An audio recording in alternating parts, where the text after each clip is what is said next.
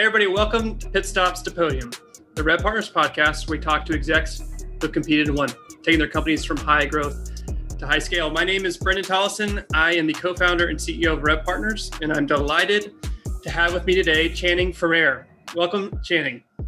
Thanks, Brendan. Well, Channing, just for a little bit of background, he currently serves as a VP of Sales Ops and Strategy at HubSpot.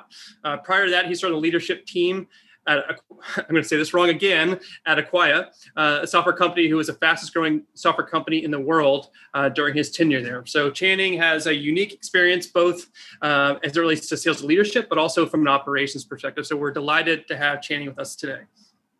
Definitely. My pleasure. Well, Channing, how would you give, I think most people know who HubSpot is, but I think for our audience, those who may not know, who is HubSpot? Sure.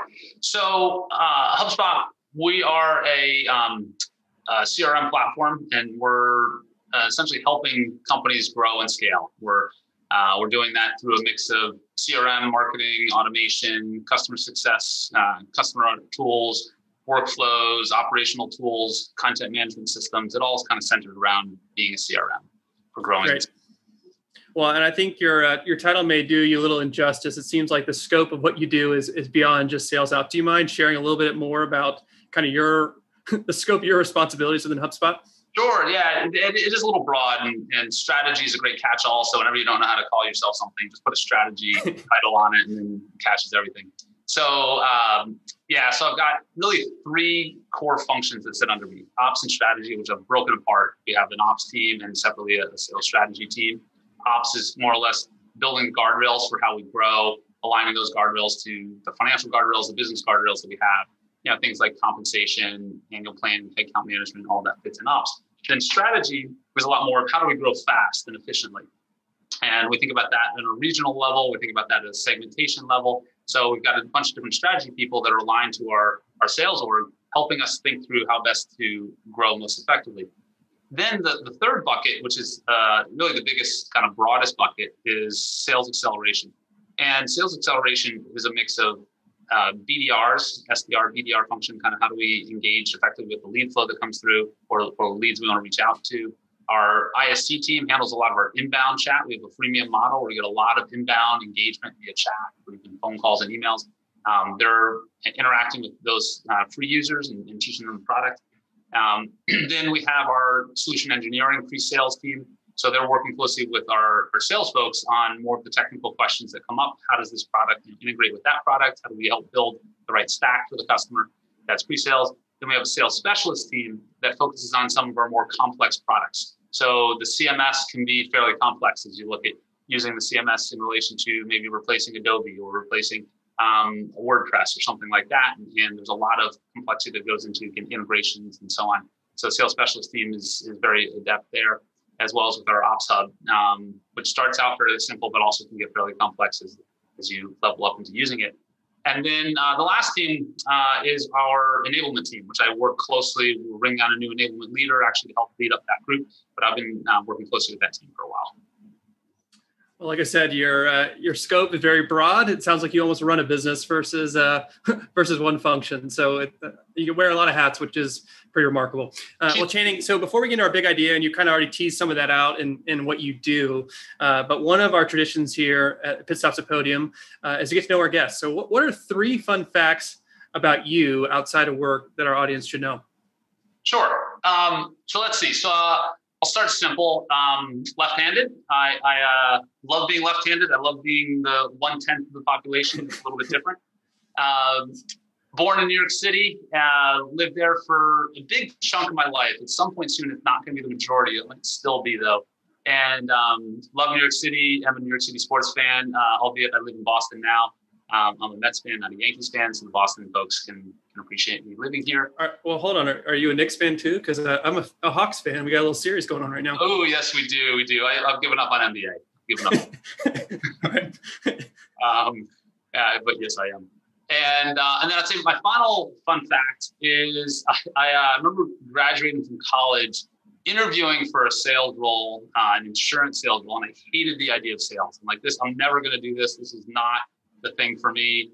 Sales is not my thing. And then, of course, 2 years later, I end up in a sales role. I end up loving it. I end up really realizing how to sell effectively, which is a lot around value and problem solving. It's not around hawking or pitching a solution before you understand the problem. So just a little fun fact around career.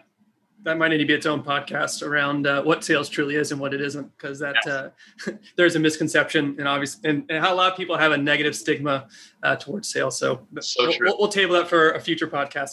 Well, hey, let's transition to the big idea. And it's such a large idea that this is the first time we will be actually breaking up a podcast into two. So this is an exciting session that we'll be doing. And it's really around this whole concept of the stages of growth for a scaling company. And so, Chaney, how should we think about this in kind of that two-part concept? What are the two big ideas that we want to cover? And then we can start breaking down the first one and then pick it back up on our next session. There's really 4 stages of growth as I think of a scaling business. From the point of really building your business, sub 2 million in revenue, right on up through that 100+ million of scaling stage. And then we can get into details beyond. But I think these are the 4 stages of kind of growth and scale. And what I was hoping to do here today was spend a little time on the first 2. We can dig into the founding and early stages, and then in the second round, we can dig into the growth and scaling and how to think about those. But these are the 4 stages: founding, early, growth, and then scaling. And again, for those who can't see this, under 2 million is founding, 2 to 10 is early, 10 to 100 is growth, 100+ scaling. These are ballpark ranges. I don't think these are hard lines, but it helps give some context for how to think about each one of the stages. Yeah, I love it because it also gives a little bit of clarity in terms of what you should be focused on based off of the stage that you're a part of. Let's start kind of that founding, as you mentioned, founding and early. And a lot of that seems to be really around understanding that go-to-market concept. So where would you like to start? Sure. Yeah. So I think when I think of founding, this is just to set the stage. This is that, pre 2 million, you're just beginning to understand what you're selling. You're a CEO, you're beginning to build out a go-to-market team, and you need to figure out what's that starting point? How do you get there? By the way, I was head of sales at a $2 million business. I lived through this 2 to 10 million kind of range. So I remember stepping in and hiring out a sales team and building it up. That was probably, 7, 8 years ago. So I remember some of the challenges I saw at that time. I still see today as I talk to companies at this stage. It's really trying to figure out that go-to-market motion. And most importantly, what's the value prop? I think that's the really key point at that early stage. Some of the things that I've found to be really important to tackle early on include the value prop, but really most importantly, the hidden gem here is actually ops. And I'm not just saying that because I'm in ops. I really do sincerely believe that hiring ops early is super critical. When you get from founding to early is the time to hire out that ops team. You don't need a big team, but you do need some ops in place. As you think about, again, that founding stage, the first step here is the CEO is typically leading sales. So you want to hire some sort of a sales team. The question that I hear often is, when do I hire ops is the first question I hear, which we can come back to again. And then what do I hire for that go-to-market sales role? Do I hire a VP of sales? Do I hire just a BDR? Kind of what's the right mix? And what I'll say I've seen work fairly well here is definitely you want to hire reps and you want to hire athletes is the other thing. And when I think of an athlete, I think of someone who, they don't have to have played sports, but someone who is capable of doing a lot of different things. And you might want to bring on that manager, that director type person, but they need to be very capable of getting out in the field and selling the product and getting in front of customers. You don't want to hire that VP, SVP who sits back behind his or her desk and kind of points to others to do things. Everyone has to be very active early on. So that's a mistake I do see companies sometimes hires go too quickly to that very senior hire. Bring in that athlete who's capable of maybe helping you hire and develop a team, but also is very capable of selling. The other thing that I see overlooked often is the customer support plan. Selling, of course, is key. You want to get those customers on board, but retaining those customers, it can be just as important. And getting them engaged, getting them using your product most effectively. Of course, in a SaaS type model, we know retention is critical, but in many other models, it's the same concept. You have a customer servicing oriented model. You may sell them a product one time, but you want to keep those customers around, keep them buying more product over time. So think about how you can engage most effectively and keep those customers happy. We often talk about it at HubSpot is we're very customer centric. We think of everything through the customer lens. We get that from Amazon. Amazon is really good at this as well. They're always thinking customer first. So one of those early concepts to think about is what does the customer want, and how can we support that customer most effectively? The next thing, as much as HubSpot is born and bred inbound, frankly, targeted outbound works early on. Figure out who those companies are that you want to go after and go after them. Usually the first couple million comes from friends and family referrals. But then at some point, you need to go and target a few brand names and get those names on board and discount heavily sometimes to get them on board, because having a couple logos goes a long, long way. You want to have what I used to call that NASCAR slide, where you can show up, you got a bunch of kind of cool logos on it. As I mentioned, value prop, super critical. Really understand that value prop. That's going to help propel you to the first 50 million. Really understand, again, why are customer buying, figure that out, experiment a little bit, test out different elements and angles to the value prop. And then lastly, but by far not least important, is the system of record. I'm purposely not calling it a CRM, but you do need some system of record. CRM is, most typically how you think about that, but implement that early. Don't wait up too long. You can get by with an Excel spreadsheet or Google Sheets, something like that, but you really want to make sure the marketing team, the sales team, the customer success team is all using the same data, which we'll get into data, I think, in the second part of the series here. You really want to make sure you start capturing and tracking that data early on so that everyone can reference it the same way. That leads into the ops piece also. Once you begin to think about that system of record and you have some sort of data, that's where ops is critical. And that's why I say hire ops early. Once you get that system in place, ops will allow you to really make smart decisions, better understand your value prop, figure out how to hire, those sorts of things. Yeah, so it sounds like what you're describing, which may be intuitive, but in that founding kind of phase at 0 to 2 million is really all around the foundation. So understanding who your audience is, making sure you have the right people on the bus, and then investing at least in the foundational tools like a CRM or system of record, to your point, to make sure that everyone's using the same data. So once you get to past that 2 million mark, you've defined that as that early stage, that 2 to 10 million. Let's start talking about what are the things you need to be mindful of in that phase of a growth. Yeah. So I think here you really begin to build out the team a little bit and begin to think about what is that go-to-market strategy, and thus who are the people that you need around that strategy. So I talked earlier about this idea of hire an athlete. That athlete could turn into your head of sales, or you may need to hire a head of sales. But now it's time to really get a little bit of a structure. You'll have a sizable sales team, 5, 10, 15 people. So you want to begin to think about having a true sales leader who can give them all some sort of clear direction. The repeatable, some of these things sound basic, but they're really, really often overlooked. And I think it's important to fully understand them. The idea of a repeatable sales process, I think, is critical now. It's what's working. How are you actually selling? Where does the partner fit in? How do you think about engaging with customers? Where does a demo fit? How many demos do you want? Those sorts of things. And this is where ops helps figure out the details.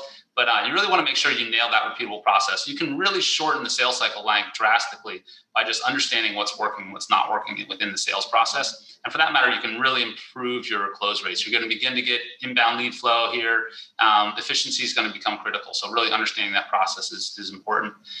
The marketing plan, of course, you've already been working on a marketing plan, but really nail that marketing plan, align marketing and sales. We call it smarketing, and you've got true alignment.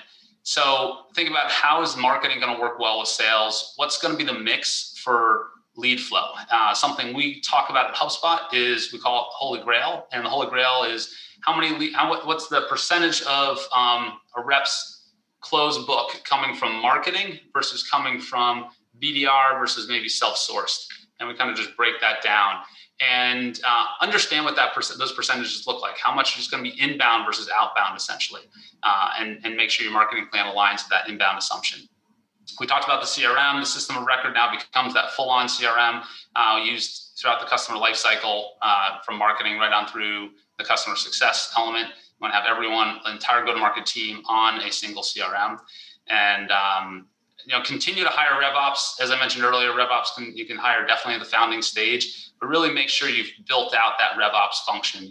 I think when I think of a strong RevOps function at the 2 to 10 stage, you've probably got a director of RevOps. You've probably got someone who's strong on the data side. I lean heavily into data. I personally like someone with a SQL skill set, maybe R, or some other sort of programming language to help analyze the data different ways. And then I want someone with business acumen. So maybe more of a strategy analyst, something like that.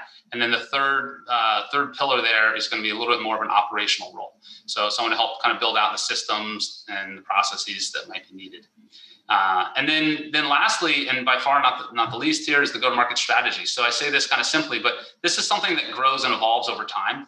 But being very purposeful on it. I mean, we spend a lot of time on this still at HubSpot. How do we think about it? How do we think of when we launch a product, a new hub, let's say, who should be selling that hub? How are we going to service that hub? Where do partners fit in versus what are the reps going to want to do? And when I think of the go-to-market strategy here, once again, how much is going to be product-led versus marketing-led versus sales-led versus partner-led? Those are going to be most typical kind of go-to-market approaches. So just really nail that down, understand what that's going to look like, how you think about that balance, and continue to monitor that. Again, RepOps can help a lot there. Yeah, when you look at the slide, I know our audience will either be seeing this or will give it as a leave behind, but it's very clear when you go through this early phase. When you're talking about founding, the importance of operations, it becomes very clear why operations is important as you go through these bullets in the early phase, because really this is all about, there's the art and the science of sales. We talk really that founding sounds a lot like art. This gets more into science about how do you create predictable, repeatable revenue. And the operations kind of informs the sales engine of where they should be prioritizing their time from an ROI perspective. And I know we'll get into more of that in the data side, but it's very clear to me now looking at early why that's so important. Yeah, no, exactly. It's really beginning to build the foundation for that repeatable, scalable business. Well, Chan, I think this is a good time to pause. We covered a lot around kind of the key areas and focus as it relates to early and founding. And we'll come back to look at those two additional phases of growth, looking at going from 10 to 100. Any final thoughts for our audience before we pick this series back up next week? No, I think hopefully this is a good intro. We'll dig in a lot more on the data side. And Brendan, I will give you 3 more fun facts. I've got a good doozy at the end here. So we'll have to join next week, I guess, to hear that one. That's a great tease. I appreciate that. We'll be back.